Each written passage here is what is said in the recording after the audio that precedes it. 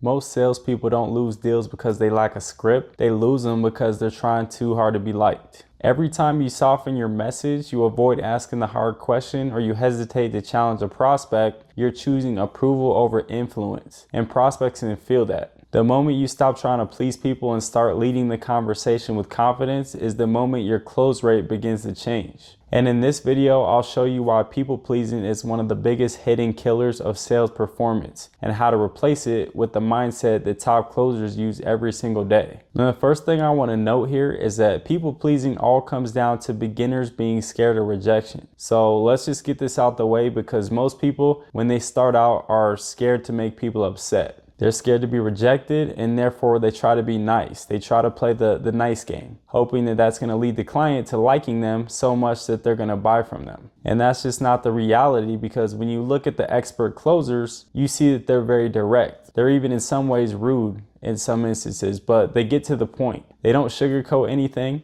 and that's how they're getting the sales, because they're staying on topic and they're staying to the point. Like, they know how to get back on script, and they're always in control. They don't let the client take control of the conversation. And it wasn't until I was actually around these types of killers in sales that I realized that playing nice is not going to get you anywhere in sales. Because the thing is, it's easy to get caught up in the client's game that they're playing with you. Like, they want to play nice. They want you to be following them. They want to rock you to sleep while giving you their life story and how they need what you're selling so much and how they've never seen this before. All that stuff that they're giving you is just smoke screens. It's all just a lie. Like, if you fall for it, you're going to put your guard down and you're going to get off script and you're going to get unfocused. What you need to do is you need to acknowledge what they're telling you, and you need to get back to the script, get back to where you are in the presentation, because you can't let them throw you off your game or you're going to lose the deal. You need to keep your same flow no matter what. They might try to throw you off. You just get right back on. Keep the train rolling. Like, the train should be going on the same track every single call.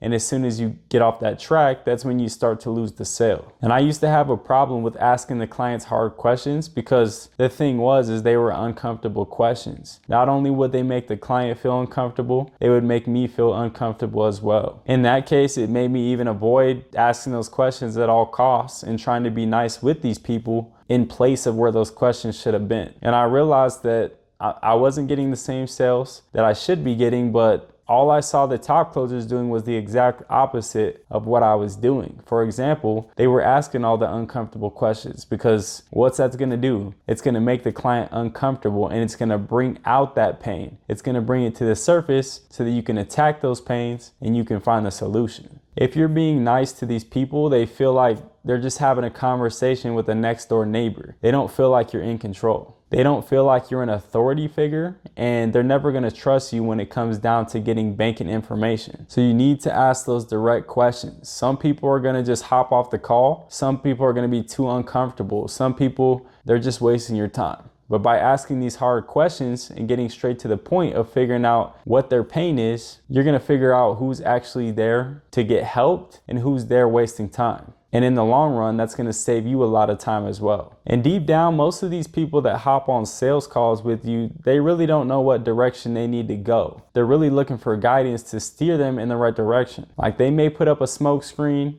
and then they act like they understand everything about what you're selling to them and that they're the expert. But in reality, they don't really know what they're talking about, but they're just scared to be sold. Is the thing. You have to make them put their guard down. You have to prove that you are an authority figure while also letting them speak, so you can understand where they're coming from, and then you can understand how to provide the solution to their problems. Because I've seen many times where these people just keep rambling on about their life situation and how they think they know what they need, but then you hear their words and they don't really understand what they're talking about. Like, they're talking nonsense, and if you let them keep controlling the conversation, you'll lose it, because they'll talk themselves out of the deal. Like, I know it's hard to believe, but a lot of people forget why they're even on these sales calls in the first place. They came on for a specific reason, and without bringing that pain out and figuring out why they're actually there, you're never going to get to the final step, which is the sale. Like, they're just going to find some other way in the middle of the presentation to get out of there, because they don't see the value in what you're trying to sell to them. And when I say all this stuff, I'm not meaning that you just need to cut the client off and just disregard everything that they're saying so that you can get back on the script. What I'm saying is that you need to let them talk so that you can gather information that they're giving you, and you can put the pieces pieces together in the puzzle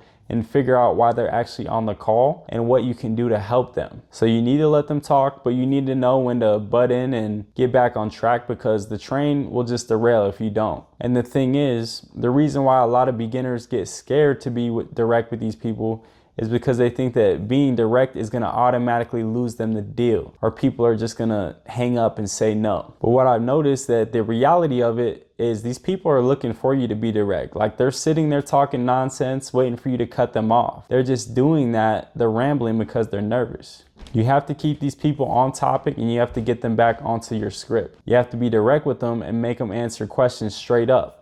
You can't let them ramble on, or they'll talk themselves away from the point, and pretty much they'll just get you off of your rhythm. And I always say sales calls are like a performance. They're relatable to maybe a dance routine, a sports contest, anything that has a performance to it. Like, there are steps that you have to follow successfully to complete the performance. Like, let's look at boxing, for example. When the bell rings in round 1, you don't start throwing haymakers right away, just going all out, because you have 12 rounds that you need to have energy for. So what you do is you first scout out your opponent, fill them out for the first couple rounds so you can calculate their punching patterns and their style. And then you start to loosen up more into the fight. And then in the championship rounds, that's where you're able to open up more and start taking more risks, because you've already figured your opponent out. Like, there were certain steps during the fight that you had to complete, and without completing them in the correct order, you'll lose the fight. You'll either get knocked out or you'll lose in the decision. And sales is pretty much the exact same thing. There's no difference. You need to hit each of your talking points. You need to ask all your questions, because all this stuff is adding up in the script, and the one major goal is the sale. But if you keep skipping steps, you're going to pay for it during the sales call. Like, you might not get hit with a punch like in a fight, but you're going to get hit with objections. You're going to get hit with excuses instead. All this stuff, it goes hand in hand. And as soon as you start seeing the world in terms of how you see sales, you'll be able to operate and incorporate everything you do into your everyday life with these sales calls. And that's really what's going to make things easier on you. Like, as soon as you stop being so uptight about sales and you just think of it about having a conversation with somebody that you want to help out, you'll start realizing that money can come easily and it can come in abundance. So the next time you hop on a sales call, I hope that you can take some of these tactics with you. And as soon as you start talking to these people and they start talking nonsense, they're not answering your questions straight up, you have to put your foot down and you have to start being direct with them. Because hey, we're here to do business. We're not here to play games. We're on a sales call for a reason. If you want to waste my time, I have other people that would be glad to meet with me